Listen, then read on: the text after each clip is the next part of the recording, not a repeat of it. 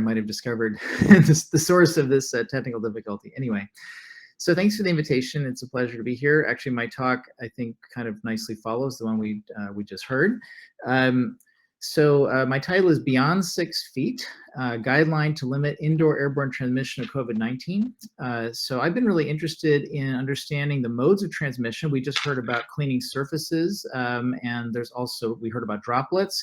So I'll talk a bit about those, and really to try to understand, how do we take our understanding of the physics of transmission and design sort of more science-based approaches to our mitigation strategies, such as, for example, shutting down spaces, limiting occupancy, and other actions which actually led to many, many other problems, like the ones we just heard about in the food industry, which is one of many, many other problems that have occurred. And I will show you that we maybe could have avoided a lot of those problems if we took a more science-based approach. So some of this work was initially in collaboration with my colleague John Bush in the math department, and also Usman Kodio and my students Alex and Joey in chemical engineering have also helped with some of the more recent work. So let's get started. So next slide, please. So actually, first, I have to give you this slightly tongue-in-cheek slide, but it's actually a very serious slide, which is that what you're about to hear technically is medical misinformation. And honestly, there's so much misinformation out there, but it's not necessarily what is defined here from the policy of YouTube, which is similar at other tech platforms as well. They define misinformation as anything that contradicts local health authorities on a whole list of topics talking about, such as prevention, transmission, and social distancing. Ironically, they also added a footnote that actually the definition of misinformation can change with time depending on local health authorities. In other words, they can change their mind, but I guess you can't question them. And I'm just going to point out before I get started that this is one of the things that's been incredibly counterproductive throughout the whole pandemic and has really hamstringed our ability as scientists and engineers to help the response, because it's become very politicized, and we should not be controlling information. We should be allowing open discussions and letting new ideas come in, and we should not be letting authorities define what is true and what is not true. Censorship is illiberal and counterproductive. So I just want to start with that statement, and let's move on now. Thank you. So I'd like to start with this slide, which is borrowed from a paper of Donald Milton on modes of transmission.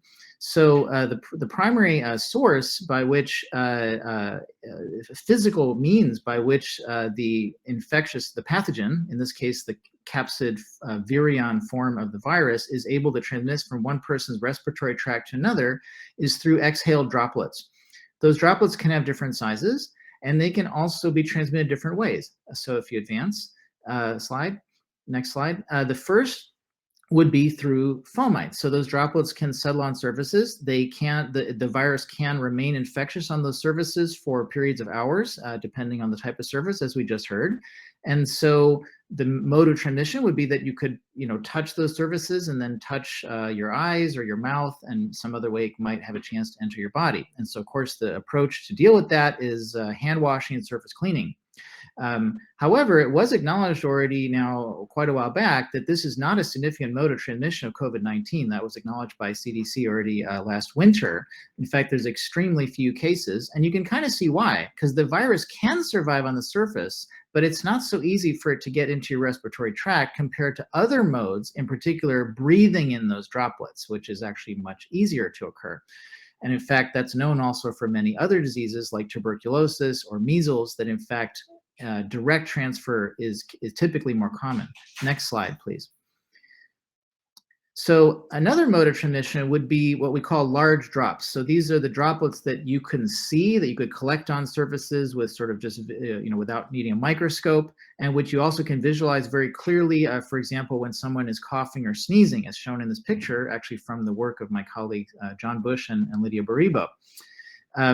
Now, to protect against short-range transmission in sort of direct respiration, especially coughs and sneezes, then obviously social distancing is helpful. And 6 feet does correspond very roughly to the distance where the largest drops are sedimenting out of a cough or sneeze, even though there are many smaller drops which do not sediment and in fact remain suspended much longer. Also, like this picture I took on the right shows a supermarket where the entire space is wide open, but there's this little plexiglass barrier, which is there basically to stop someone from coughing at somebody else or directly breathing like that. But the thing is, everybody's wearing a mask, so it's pretty questionable what's actually being accomplished by that little piece of plastic there, when actually the bigger threat, it's now pretty well accepted and understood, is actually through the air. So next slide, please. Yes. So especially when wearing masks, that essentially cuts out the sort of the coughing and sneezing, filters the largest drops, and blocks the momentum of respiratory airflows. It keeps the air kind of closer to you, and also warm air tends to rise. And so when you're wearing a mask, if you visualize the airflow, it's typically, any infectious aerosols are actually typically rising up and then swirling throughout the room. And it's a little more like secondhand smoke as opposed to sort of directly being exposed to someone's breathing. And it was already becoming quite clear to many scientists that this was the dominant mode of transmission of COVID-19 more than a year ago. And already, for example, last summer, the New York Times noted that there was an open letter from hundreds of scientists to the World Health Organization pointing this out. And unfortunately, local health authorities, did not accept this mode of transmission, even though the original SARS virus and other diseases I mentioned are known to be transmitted airborne. So there was kind of a inconsistency for a long time in the messaging about the mode of transmission.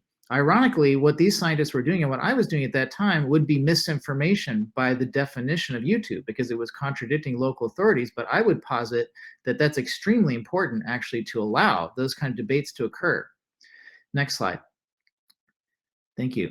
So what I set out to do, I just wanted to see that little blip on the bottom side just to motivate. So I became interested in this problem in spring of 2020, like many other scientists. It's not my main area of research. I'm actually, mainly work in different areas of transport phenomena. I teach transport phenomena, so I'm certainly familiar with convection and flow in other systems. And so I set out to educate myself about COVID-19, and specifically to try to develop a suitable safety guideline to protect against airborne transmissions. So, even at MIT, we were placing 6-foot stickers on the ground, even in labs that are highly ventilated and are routinely dealing with pathogens or toxic fumes. We were still somehow obsessed with this idea of 6 feet and washing hands. And I think that sort of mentality has hardly changed, despite the massive amount of science that has come out since then. So in any case, I set out to try to find something that is at least a simple enough formula to kind of help you act and make rational policies about closing spaces and limiting occupancy and making mask orders and things like that. Next slide, please. So the first step is just for me to tell you a little bit about these infectious droplets that I've been talking about. So first of all, they've been studied well before COVID-19 pandemic. There have been several groups that have done really careful measurements of the distributions of droplet sizes that are emitted during exhalation from breathing, and also from different respiratory activities such as speaking or singing, and I'll come back to that in a moment. And what you see is an example here from the work of Lydia Moravska, who's a real pioneer in this area, of a droplet size distribution collected from a person who's speaking. And these are equilibrium droplet sizes, so you might be wondering about evaporation. So it is true that when a droplet leaves your respiratory tract, it does evaporate, but it very quickly, in less than a second, typically reaches a steady state where the bound water on the hygroscopic mucin proteins and salts and other molecules present in the other solutes that are present in the airway mucus, they kind of solidify partly into sort of what's called a droplet nucleus. And that's really what we're measuring. These are pretty stable droplets over periods of tens of minutes or longer. In any case, what they identify in this study is 3 different modes of sizes that come from different parts of your respiratory tract. And really, they're always formed by a fragmentation of a fluid film in a strong cross flow of air. And so, for example, on the left, we see the so-called bronchial film burst mode of generation, which is at the termination of the bronchioles, which are the smallest end passages of your airway in your lungs. You have basically flexible tubes that sort of collapse and reopen. They're covered with mucus, especially in a sick patient, but even in a healthy patient. And that leads to droplets that are typically the most common droplets in your breathing that actually have a size around 1 micron as a peak. A little bit larger in size, but also plentiful in the micron scale, are a much larger number of droplets that can be produced by volume by vocalization. And actually, if you could please play, there's a movie in the upper right. Sorry, the one on the top, if you could. Sorry, first. Yeah, that one. So this is a movie which first shows regular motion and then also slow motion of a person who is simply speaking and making a sound. And as you can see, the vocal folds are flapping at a pretty high rate, and they're basically pulling apart fluid films, which are breaking apart into droplets in the cross flow. And again, in a sick patient, there's going to be a lot more mucus. This is a healthy patient, and so there'll be a lot more release potentially, and certainly more infectious particles in those droplets. And finally, there's another movie in the lower right, which is to show that another place where fluid is fragmenting. Sorry, yeah, the bottom right, if you could play that one.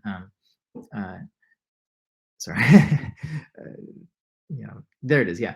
So here, I don't know if you can see it. There's little droplets that are being released that you can actually see with the naked eye with a fast camera. So this is at the scale of hundreds of microns or even millimeters that are released when your mouth is opening, or also even your tongue and other places in your mouth. Whenever you open up, again, a fluid film in a cross flow, you make droplets.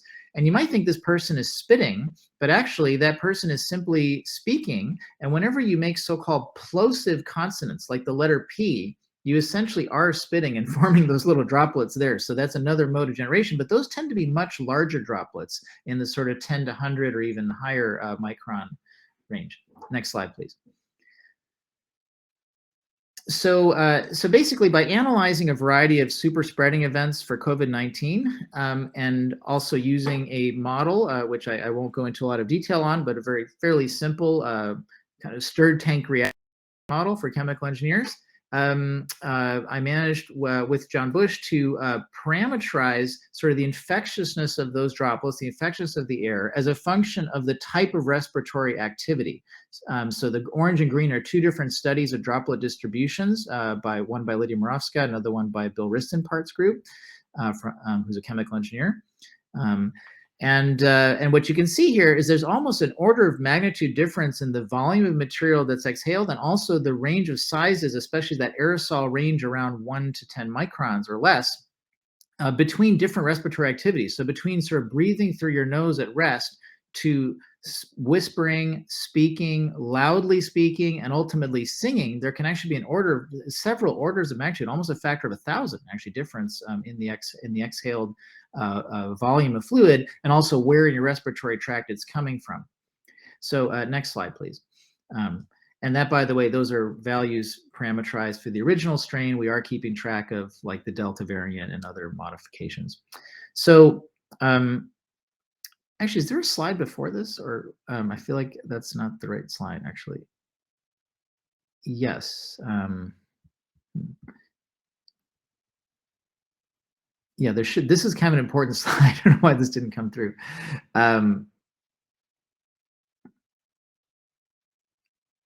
Yeah, so so it didn't. That's so weird. It didn't come through. Oh wow.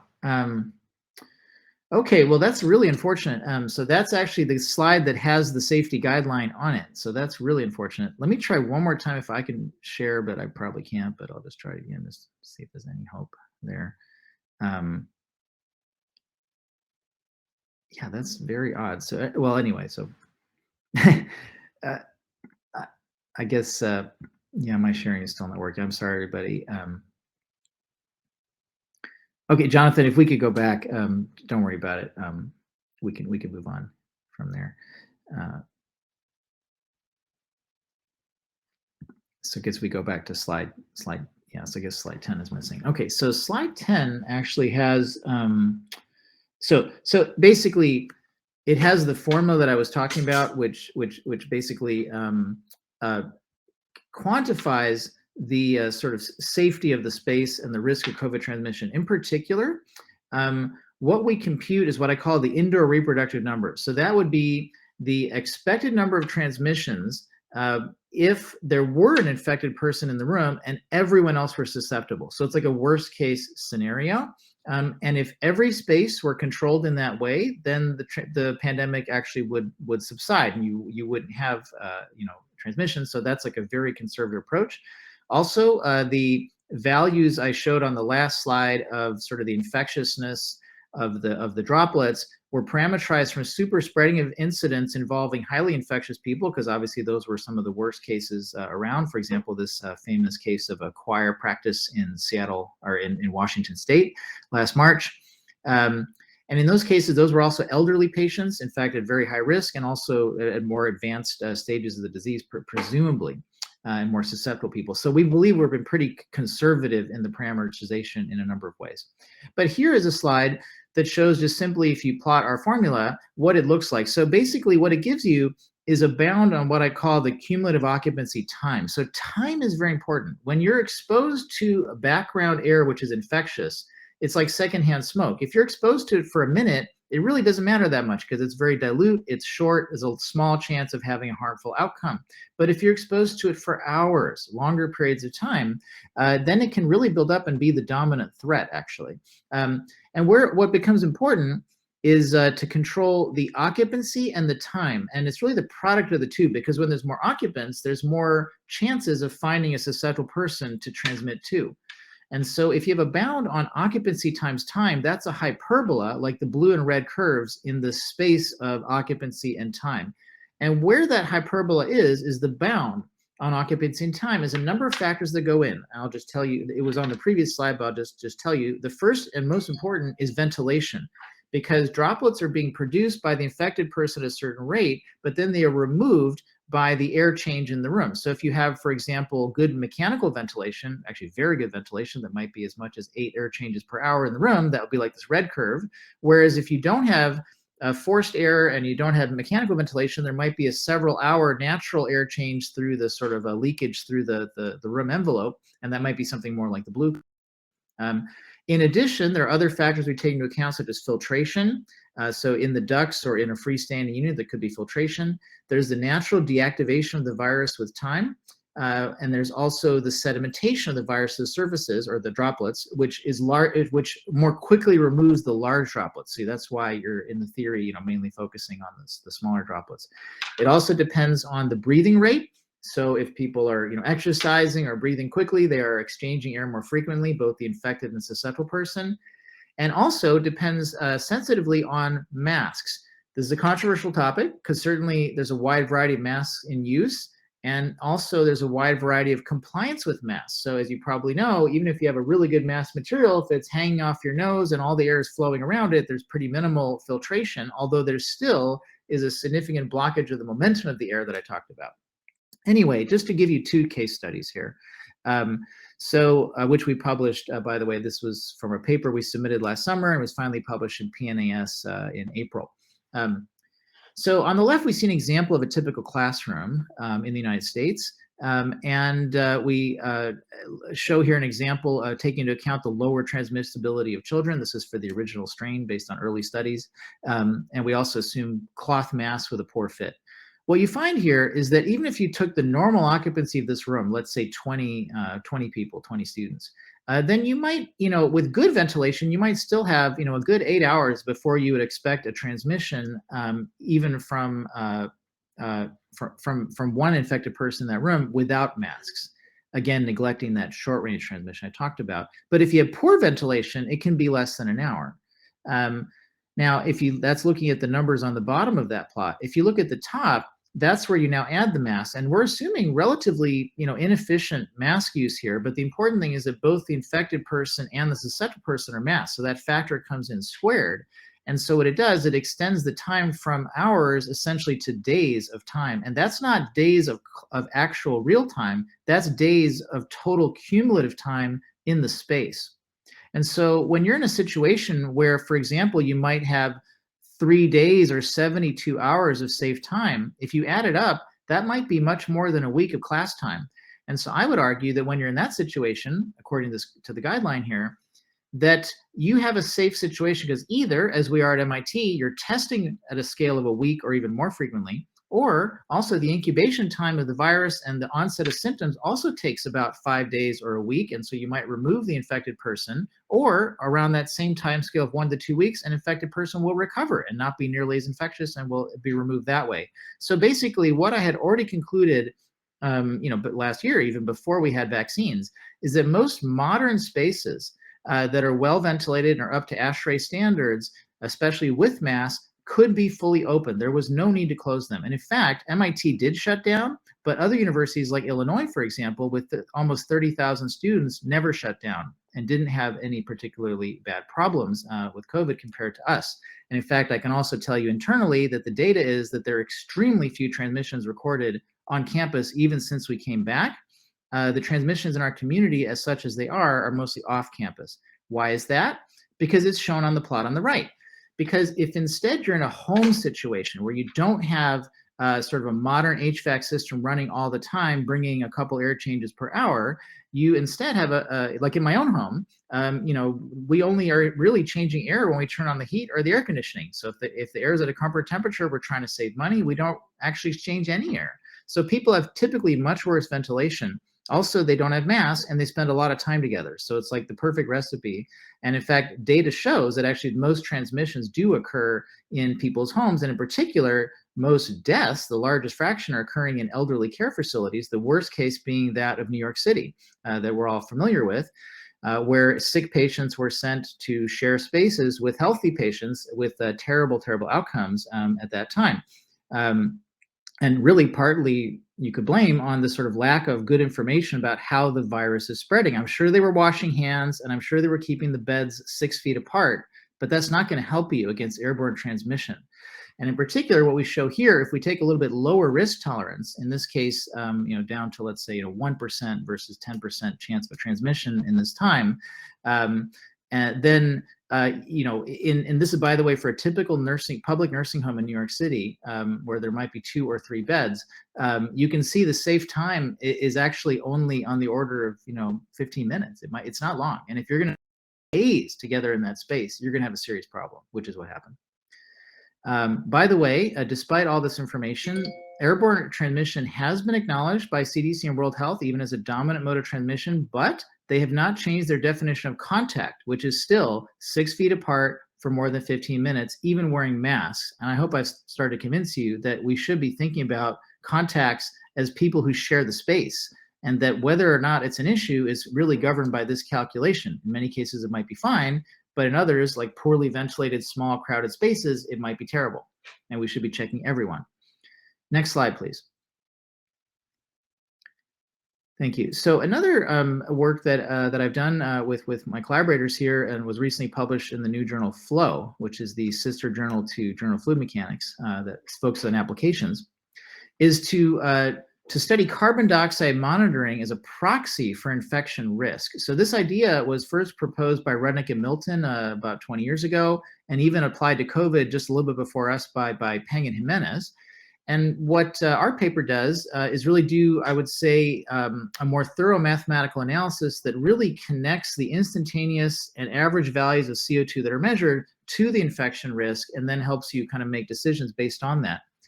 The reason this is an interesting idea is that when people are breathing, of course, they're producing carbon dioxide, which is a passive tracer. It's not settling to the floors, it's not deactivating, and it's really only being removed by the air change in the room, by ventilation. So if you measure the CO2 level, it's a direct measure of the recent history of that balance of production versus ventilation.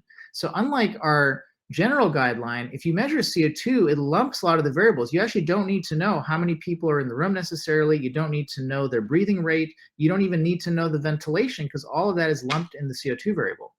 And so to kind of make a long story short, you can then cast the safety guideline, which I wasn't able to show you on the previous slide, as a bound on the mean CO2 concentration times the time in that space. So for example, the normal exhaled CO2 is around 40,000 ppm, and the background in the air in most cities is around 400 or a little bit higher ppm. And it's generally considered poor air quality if you get above 1,000 ppm and certainly 2,000 ppm. So if you pick a certain value, you can then say, well, if I have good ventilation, that number will probably be around 600. If it's poor, I might be at 1,000 or higher. And then at that level, the guideline then tells you how much time you have in that space. And I want to point out here that the amount of time can vary by orders of magnitude, because first of all, it depends on your level of risk. Are you controlling the indoor reproductive number I mentioned before, or are you also taking into account immunity? At MIT, we are 99% immune by mandate And also, the effectiveness might be, say, 60, 70% at least in terms of stopping transmission. It's a young and healthy population also. So there's definitely, and there's, of course, let's not forget past exposure, which gives, I think, even better immunity. So there's a lot of immunity in the population. Also, the prevalence is very low. Our prevalence in Massachusetts right now is pretty low, and in MIT, it's extremely low. So if you take those two factors into account, that moves the curve a lot to the right in terms of time. But also, relative to CO2, droplets are filtered by masks or air filtration. And so when you take that into account, having masks or having filtration can give you substantially more time. This is a log plot where really you can start to get to, tens of thousands of hours before you would expect a transmission in some of these cases, like right now in the late pandemic. And that's borne out by the data. Again, we are seeing extremely few transmissions in most of our indoor spaces, as I mentioned earlier. So next slide, please. So we've actually done CO2 monitoring at MIT for this paper, and also just more broadly to assess the safety. Now, one nice thing about CO2 is you can very quickly identify in your building where are these spots to worry about. So at a very qualitative level already, that's really interesting. And by the way, it's not really talked about much in the United States because our authorities haven't really caught on to this, but in other countries, actually, they mandate that CO2 must be measured, and when it gets too high, you have to open the windows or demonstrate that you have adequate filtration to make that space safe for COVID transmission for the occupants. So this is an idea that is really catching on globally. But again, our local authorities are not really on board with it yet, which again brings me back to my definition of misinformation. Why is that defined by local authorities? I don't know, but that's the definition. In any case, what you see here are two examples.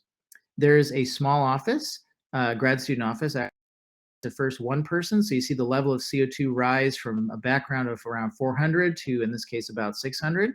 And then a second person enters the office. You can see it rise up to now closer to 800. And then when everybody leaves, it relaxes back down to 400 again. And notice the relaxation times there. That gives you a sense of the ventilation rate, the air exchange rate. It's a direct measure of it, actually. And so you can see in this particular room, it's about every 30 minutes or 2 air changes per hour, which is typical for a modern building. But because it is a small space, only 2 people are in there to significantly raise the level of CO2. We find that, for example, without masks, if one of those people were infected, we would expect a transmission with reasonable probability after only maybe an hour. But although with masks, and also if we're filtering the air, it could be much longer and could be, even a full day, let's just say. On the right-hand side, we see an example of one of our classrooms, which did have lower occupancy because this was still doing hybrid learning last spring, where we had everybody, believe it or not, sitting 6 feet apart with tape on the chairs in between to make sure they're exactly 6 feet apart, but no attention paid, aside from some of our internal work, to airborne transmission. What we found is that our classrooms are actually very, very safe. So look how little the CO2 level rises, even when the class is in operation, with the lecturer actually being unmasked in this case. And there we actually would argue that even masks were not even relevant even then. And now we have this incredibly vaccinated population. And again, the data backs up. There are extremely few transmissions on campus, and especially in classrooms. In fact, there may be 0 actually in the trace specifically to classrooms. Again, with our modern buildings, masks, and everything else. Next slide, please.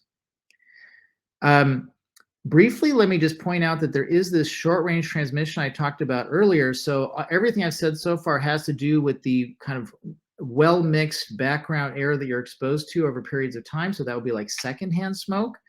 But there also is an enhanced risk if someone's directly breathing on you, just like illustrated by this exhaling smoker here. So there's a turbulent plume there. Next slide, please. So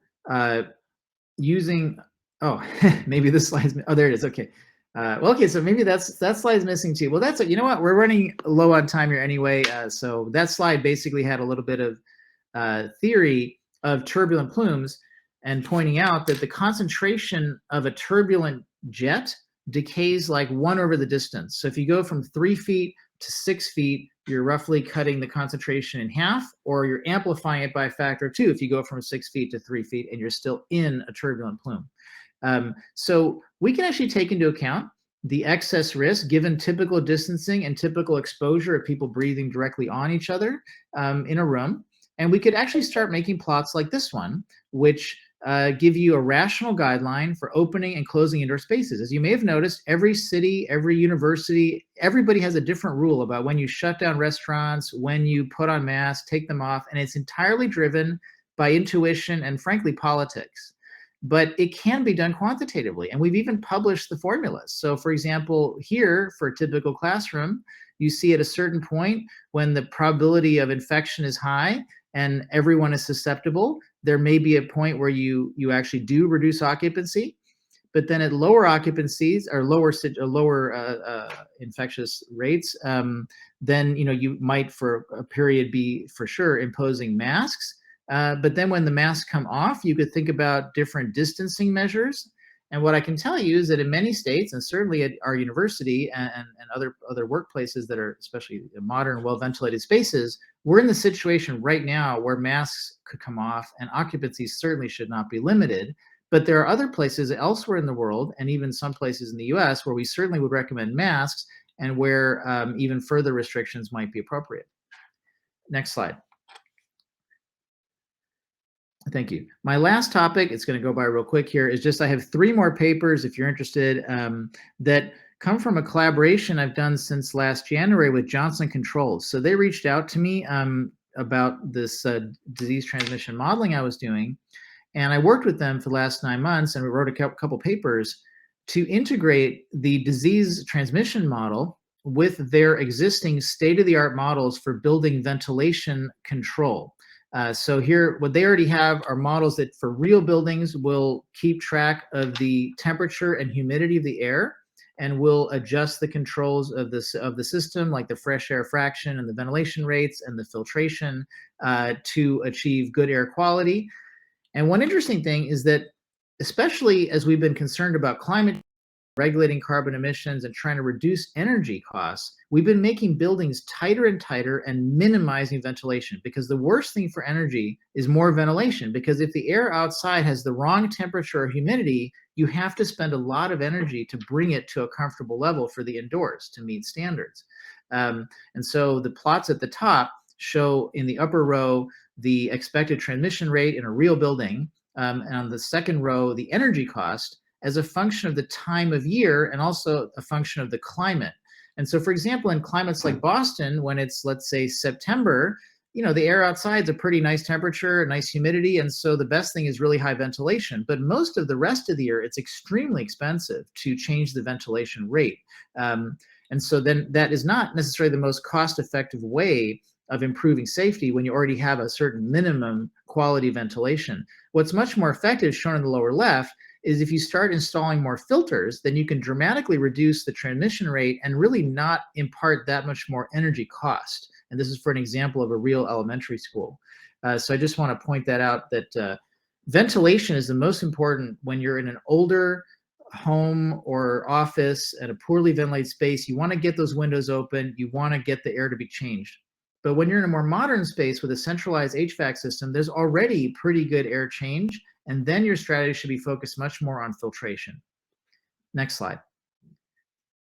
And just to show kind of a final impact of this work, just a few weeks ago, Johnson Controls announced that this model is now fully integrated into their HVAC software for optimization and control, where you can now balance infection risk against energy costs. So when we're in the middle of a pandemic, maybe you don't care how much it costs. I hear MIT's spent around 300 million actually in dealing with COVID, actually. So I guess we weren't concerned about the cost. But as we heard in the last talk, there are many costs of all the strategies we take, including more energy use and more carbon emissions. And there's a point where the infection risk is getting low enough that we should start acting on that trade-off and not be singularly focused on infection risk. And this software helps you to quantify that difference. So my next slide is my last slide. Yes, and I'll just leave it here. Just if you're interested, my website has papers and other resources. Oh, I should mention, we do have an online app which you can access on your phone or your desktop that runs the safety guideline and also gives you recommendations on CO2 levels, and it's translated into 15 languages, and it's been used about 1 million times since last summer when we first released it. So if you go to my website, you can certainly play around with that. And here I just summarize some of my findings. And I put a question mark in the word aftermath because I think we're seeing that COVID's not really going away. It's becoming more endemic, and that makes it all the more important to be quantitative, to understand what strategies make sense and what don't, to limit infection risk and balance it against all the negative impacts that come from various limitations we might want to impose. Thank you. I'm sorry again for all the problems here. That was not my most efficient talk, so I'm sorry about that. Thank you. Thank you very much. That was very wonderful details and useful information about aftermath solution. So I have some question and answers here. Although the time is off, I will just please seek permission from other speakers to please allow us to take these few questions. May I go ahead to take the questions? Sorry about that. Yeah, I apologize to all of you for slowing down. I'd be happy to follow up personally with questions if you send me an email. Don't worry about that too. So it's up to you. Okay. We just have to. So the first question here by Sumodu is, you were referred to AIChE. Yes.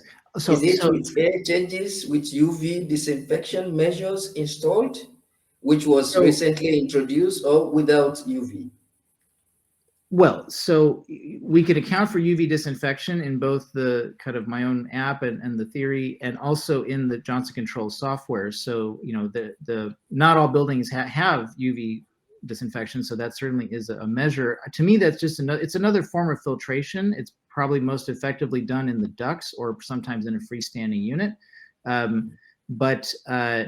Yes, so I agree that in a modern building, filtration is your best step. UV is one of the strategies one can use, so it's, you know, a MERV 13 filter is pretty darn good actually in filtering aerosols, and it's cheaper and sort of less invasive compared to UV, because UV also might have other detrimental effects, maybe making some, you know, molecular changes and things, you know, that you might be out of control. So I'm not against UV. I think it's an interesting approach. But also just general, you know, simple filtration can be pretty effective too. You don't have to go to a HEPA filter, which is, you know, extreme filtration of in the sort of submicron range. I think that even a MERV 13 is a pretty good measure and is pretty cheap. The second question, which is the last one, the relationship between CO2 and transmission seems a strong one. What do you think about the dependence of COVID-19 transmission with the rates, the weather, hot or humid, airborne pollution, and temperature? So yes, this was the second question. So those are much weaker effects. So definitely, you know, we all know that airborne diseases tend to be more prevalent in the winter, like even common cold or the flu. But I believe, and that's actually included, so that's mainly due to the fact that people are spending more time indoors, sharing indoor air. It's what I've been telling you in this talk. It's not because the virus is so much more infectious. Now, there is a dependence on temperature, as we heard about in the last talk, and also on humidity. And that's accounted for. So in the calculation I did here, the viability of the virus as a function of humidity is accounted for, but it's not a huge effect. We're not talking orders of magnitude. And it doesn't have as big effect as, say, ventilation or filtration would in, you know, changing the safety of the space. Yeah, airborne pollution, you know, again, maybe some droplets would nucleate on there, but I think pollution is a threat on its own of different types of particulates that doesn't necessarily correlate so much. Although if you're measuring particulates in a space, just like you measure CO2, that can be a proxy for how well ventilated that space is and how well filtered the air is. So it can still be good to monitor that. It may be in addition to CO2. Thank you. Thank you very much. I want to ask one question, which can be a take-home. I don't know if possible. Is there any established time that the suspended aerosol can stay in here before it finally drops? Oh, that's easy to calculate because it's basically, you know, especially since the airflows are turbulent, it turns out it's really just the Stokes sedimentation velocity in the air is the best estimate. And that can be on the order of, hours for these micron-sized droplets. For the larger droplets I mentioned, like the ones released from the mouth, for example, or from coughs and sneezes, they will sediment pretty quickly. It could be in seconds, actually. Those might be, let's say, millimeter or 100 micron-sized droplets. And that's why we don't worry about those as much, except for the initial kind of blast, which is blocked by a shield or something. These aerosol particles, they'll easily go around shields, and they end up everywhere in the room like secondhand smoke. And, the relevant time scale is the air change time for the room. So it's usually less than an hour in a modern space. In a poorly ventilated space, it might be several hours. But by then the air really starts to get exchanged. And so the plenty of so all the aerosols I'm talking about will survive that long, and that's accounted for in the calculation, because we do take into account the size dependence of sedimentation. Okay. So it's a good question. Thank you very much. I think that's all the questions that we have. Thank you very much for sparing the time and sharing this information. Yes, no, I appreciate your attention. I apologize to all the speakers for causing the delay with my technical difficulties here. So thanks for your patience. Thank you. Okay. Bye. So I would like to invite our next speaker, which is Winnie Rotary from National Institute of Technology. Winnie, are you there? Okay. Please, the floor is yours.